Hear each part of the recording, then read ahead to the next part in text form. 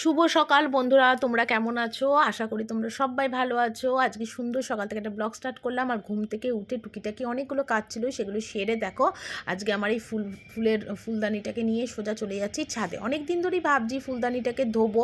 এটা আগের বছর ডিসেম্বর মাসে আমাদের এখানে পৌষ পার্বণের মেলা হয় আমাদের লেক টাউনে, তো সেখান থেকে আমি কিনেছিলাম, অনেক শখ করে কিনেছিলাম। তো সেটা মানে 1 বছর ধরে না একটা দিনের জন্য ফুলদানির ফুলগুলো ধোয়া হয় না। দেখতে পাচ্ছ ফুলগুলো কি মানে ধুলো ধুলো হয়ে গেছে। আমার ছেলেও না কদিন ধরে দেখে দেখে বলছে যে মা, ফুলদানিটা একটু ধুয়ে দাও, ফুলগুলো একটু ধুয়ে দাও। মানে ওর ভাষায় আর কি ও বলছে, ও তো পুরো কথা বলতে পারে না। ও যেরকম ভাষায় বলে সেটা আমাদের ঘরের লোক আমি অবশ্যই সেটা বুঝতে পারি। তো ওর ভাষা শুনে আমি সেগুলোকে সমস্ত দেখো বুঝলাম। তারপরে আমিও ভাবলাম যে না, অনেকদিন ফুলগুলো ধোয়া হয় না, তো চলো ফুলগুলোকে একটুখানি ভালো করে ধুয়ে দিই। তো সেই জন্য ছাদে নিয়ে গিয়ে ফুলগুলোকে আর কি ধোবো বলে রেখে এলাম। তারপর দেখো নিচে এলাম, আর নিচে এসে দেখো এখানে এখন আমি বাসন মাজতে বসে গেছি। কারণ সকালবেলাতে উঠে তো আমার মানে বাসন মাজাটা প্রধান কাজ। মানে এটা আমার একটা বিশাল চিন্তা থাকে, কারণ এখন ঠান্ডা পড়ে গেছে। রাত্রিবেলায় বা সন্ধেবেলা করে এখন কোনো বাসন মাজতে পারি না। দুপুরবেলা খাওয়া দাওয়ার থেকে যে শুরু হয় বাসনের পাজা, সেই বাসনের পাজা আমাকে পরের দিন সকালবেলায় বাসন মাজতে হয়। তো সেগুলোই মাজি, আর একা হাতে আমাকে সমস্ত কাজ করতে হয়। আমার বাড়িতে না আমাকে হেল্প করার মতন কেউ নেই। বাসন মাজা, ঘর মোছা, কাপড় কাচা, রান্না, কাটা ধোয়া সমস্ত কিছু কিন্তু আমি একা হাতে করি। যখন শাশুড়ির মন ইচ্ছা হয় তখন শাশুড়ি একটু কেটে কুটে দেয়, আর নয়তো কিন্তু উনি কেটে দেয় না, আমাকেই কাটতে হয়। এমনকি শরীর যখন আমার খারাপ হয়, জ্বর হয় বা কোনো রকম সমস্যা হয় শারীরিক, মানুষ মাত্রেই হতে পারে, তো তখন কিন্তু আমাকেই সমস্ত কিছু করতে হয়। আমার মুখ ফুটে বলার ক্ষমতা নেই যে আমি করব না। এরকমও অনেক দিন গেছে। কি হয়েছে জানো, আমার শরীর খারাপ হয়েছে, আমি তোমাদের দাদাভাইকে না বলেছি যে আমার শরীরটা খুব খারাপ, আজ আমি রান্না করতে পারবো না। তোমাদের দাদাভাই রেগে না ফায়ার হয়ে গেল। বলল কি, রান্নাটা কে করবে? রান্না তুমি যদি না করো কে রান্না করবে? তোমার শরীর খারাপ হলে কি চলে? এই বাড়িতে শরীর খারাপ হলে চলবে না, সুস্থ থাকতে হবে, ভালো থাকতে হবে। তুমি তো জানো এই বাড়িতে তুমি ছাড়া কেউ রান্না করার কাজ করার নেই। শুনে কথাটা খুব মনে দুঃখ লেগেছিল। এই কথাটা সবসময় বলে যখন আমার শরীরটা খারাপ হয়।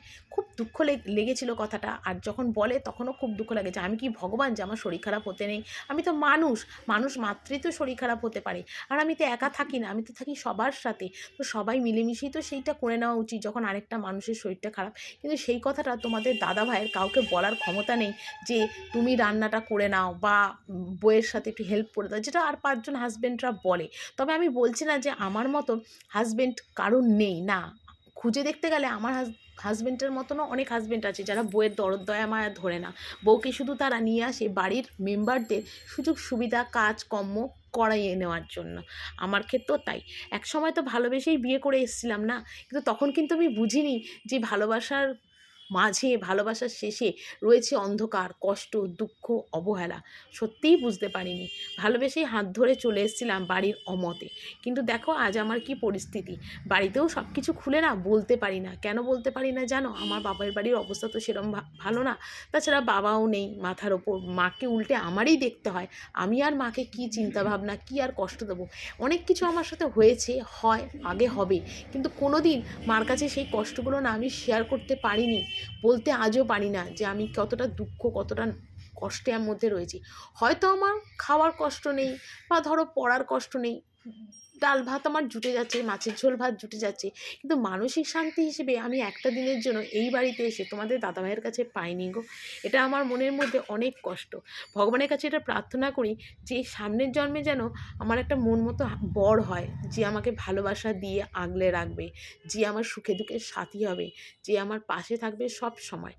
এরকম যেন আমার একটা বর হয়, এই জিনিসটাই ভগবানের কাছে আমি প্রার্থনা করি। যে এই জন্মে যেটা আমার পূরণ হলো না, যে জিনিসটা চেয়েছিলাম যে জিনিসটা হলো না, সামনের জন্মে যেন সেই জিনিসটা হয়। আজ কিন্তু কথাগুলো তোমাদের কাছে অনেক কষ্ট করে দুঃখ করেই বললাম, একটা কথাও কিন্তু তোমাদের কাছে আমি মিথ্যে বলিনি। তোমরা হয়তো ভাবছো যে আমি শ্বশুরবাড়ির নিন্দে করছি। না গো না, আমি কিন্তু মিথ্যে কথা একটাও বলছি না, যা সত্যি আমার লাইফে সেটাই। অনেক চিন্তা করলাম যে না, বলবো না, কিন্তু তারপর চিন্তা করলাম যে না, বলতে আমাকে হবে, সব কিছু তোমাদের জানাতে হবে। তোমরা তো আমার পরিবার, ছোট পরিবার হোক আর বড় পরিবার হোক, পরিবার তো। তাই তোমাদের কাছে একটা ছোট্ট গল্প করেই কথাগুলো তোমাদের কাছে শেয়ার করলাম। আস্তে আস্তে আমার ভিডিও দেখো, তোমরা অনেক কিছু জানতে পারবে। যাই হোক, তো যাকে সকালবেলা উঠে অনেক কাজকর্মই তো করলাম যেটুকুনি করার, তারপর দেখো কেটে কুটে সব গুছিয়ে নিলাম কি কি রান্না করব। তোমাদের দাদাভাই নিয়ে এসছে এখানে কাতলা মাছ, যেটা গরম জল দিয়ে ধুয়ে নুন হলুদ মাখিয়ে নিলাম, আর নিয়ে এসছে মাছের তেল, যেটা নুন হলুদ দিয়ে কাঁচা লঙ্কা ফোড়ন দিয়ে একটু ভাজবো। তোমাদের দাদাভাই মাছের তেল খেতে খুব ভালোবাসে, তোমাদের আগের ভিডিওতেও বলেছি, যখনই মাছের তেল আনে তোমাদের দাদাভাইয়ের জন্য আনে, কারণ আমি না মাছের তেল আগে খুব খেতাম, কিন্তু এখন না মাছের তেল খেয়ে হজম করতে পারি না, প্রচণ্ড প্রবলেম হয়। 1 বছর ধরেই আমার এই প্রবলেমটা হচ্ছে, কারণ আমার জবে থেকে জন্ডিস ধরা পড়েছিল, জন্ডিস তো সেরে গেছে, কিন্তু আমার লিভারটাকে পুরো নষ্ট করে দিয়ে তারপর ছেড়েছে আমার শরীর থেকে জন্ডিস। মানে কোনো কিছু ভালো মন্দ খেয়ে আমি হজম করতে পারি না, আমার গ্যাস হয়ে যায়, বুকের ব্যথা করে, পেট ব্যথা করে, হালকা হুলকা রান্নাটাই খাই। তো আগে তো আলাদা করে নিজের রান্নাটা করতাম, কিন্তু এখন আর ওইভাবে না সম্ভব হয় না যে আলাদা করে নিজে রান্না করব। কত টাইম দিতে পারি বলো, নিজের আলাদা করব আবার ওদের করব, ওইভাবে সম্ভব? তাই মানে কাঁচা লঙ্কা দিই, লঙ্কার গুঁড়ো দিই, তবে ঝাল লঙ্কার গুঁড়োটা দিই না, কাঁচা লঙ্কা দিয়ে করি। আবার অনেক সময় দেখো কিছু কিছু রান্না আছে যেটার মধ্যে একটু লঙ্কার গুঁড়ো ঝাল না দিলে, কানার না দিলে, টক না দিলে ভালো হবে না, তো সেই জন্য আমাকে দিতে হয়, কারণ আমি আমার নিজের খাবার বিচার করে কখনো রান্না করি না। 5টা মানুষ যাতে ভালো খেতে পারে, ভালো বলে, তাদের খেয়ে যেন তৃপ্তি হয়, সেই জন্যই কিন্তু আমি রান্নাটা করি। আর যদি আমার পছন্দ মতো করি তাহলে আমার শ্বশুরবাড়ির লোক কী বলবে বলো তো? বলবে নিজে খেতে পারে না, তো তাই আমাদের খাওয়াটাও দেখতে পারে না, আমরা তো খেতে পারি তাই আমাদের মতনই করতে পারে, কিন্তু সেটা তো বলবে হয়তো। তো সেইভাবেই চিন্তা করি যে না, আমি যেরম পারি খাই বাবা, দরকার নেই, তোমরা ভালোভাবে খাও, বদনাম আমাকে দিও না, কারণ শ্বশুরবাড়িতে কিন্তু সব বউদেরই কিন্তু একটা বদনাম আছে, যে ভালো মতো খেতে দেয় না, ভালো রান্না করলো না, এটার দোষ, ওটার খুঁত, এটার ভুল, সব শ্বশুরবাড়িতেই কিন্তু মেয়েদের করে। আর যারা জয়েন্টে থাকে তাদের তো আরও করে। তবে হ্যাঁ, কিছু কিছু শ্বশুরবাড়িতে আমি দেখেছি এরকম কিন্তু কেউ করে না।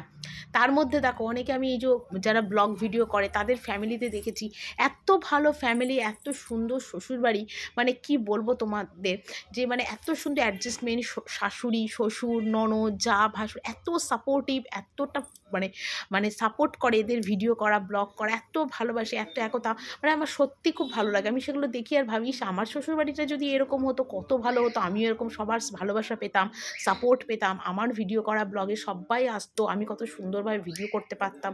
আমারও না এক এক সময় সেইগুলো মনে হয়, কিন্তু কি করব, সবই আমার কাছে স্বপ্ন, বাস্তবে কিছুই হবে না, কারণ নিজে যখন ব্লগ চ্যানেল খুলেছি, আমি আর আমার ছেলে, আর বাপের বাড়ি গেলে মা, এই নিয়েই আমার ভিডিও, আর এই নিয়েই আমার জগৎ, কিছু করার নেই, যেটা কপালে আছে সেটা তো আমাকে করতেই হবে বলো। তো যাই হোক, ওখানে ফুলকপি আলুটা তো দেখলি, রসা করে জল ঢেলে বসিয়ে দিলাম, ঢাকা দিয়ে সিদ্ধ হবে, ফুলকপিটা একটু শক্ত শক্ত আছে, আলুটাও একটু শক্ত শক্ত আছে, তো ভাবলাম ফুলকপিটা হোক, আর ততক্ষণে আমি একটুখানি বাসনগুলো গুছিয়ে দিলে, সকালে দেখতেই পেয়েছো প্রচুর বাসন মেজেছি, আর আমার তো এক জায়গায় বাসন গোছানোর ব্যাপার না, 3 জায়গায় 3 রকমভাবে বাসন গোছাতে হয়। এক জায়গায় বাটি গ্লাস, একদিকে খুন্তি হাতা, একদিকে চামচ, একদিকে রুটি খাওয়ার থালা, এক জায়গায় থালা, একদিকে গামলা, এক এক দিকে এক এক রকমভাবে বাসন গোছাতে হয়। চলো আজকে রান্নাটা তোমাদের দেখিয়ে দিই। এখানে ভাত করেছি, ভাতে একটা আলু সিদ্ধ দিয়ে দিয়েছি, এখানে করেছি দেখো পালং শাকের তরকারি, যেটা শীতের বেলায় হয়, বেগুন কুমড়ো আলু মূলো সব দিয়ে। এখানে করেছি শিম দিয়ে, আলু দিয়ে, তারপরে এই দেখো গাজর দিয়ে, সব দিয়ে একটা মাছের পাতলা ঝোল। এখানে করেছি ফুলকপি আলুর রসাও বলতে পারো, ঝোলও বলতে পারো, একদম দেখো জাস্ট নামালাম, এইমাত্র ধোয়া উঠছে। আর এখানে করেছি অল্প করে মুসুরির ডাল আর মাছের তেল ভাজা। ঠিক আছে, এই ছিল আজকে দুপুরের মেনু।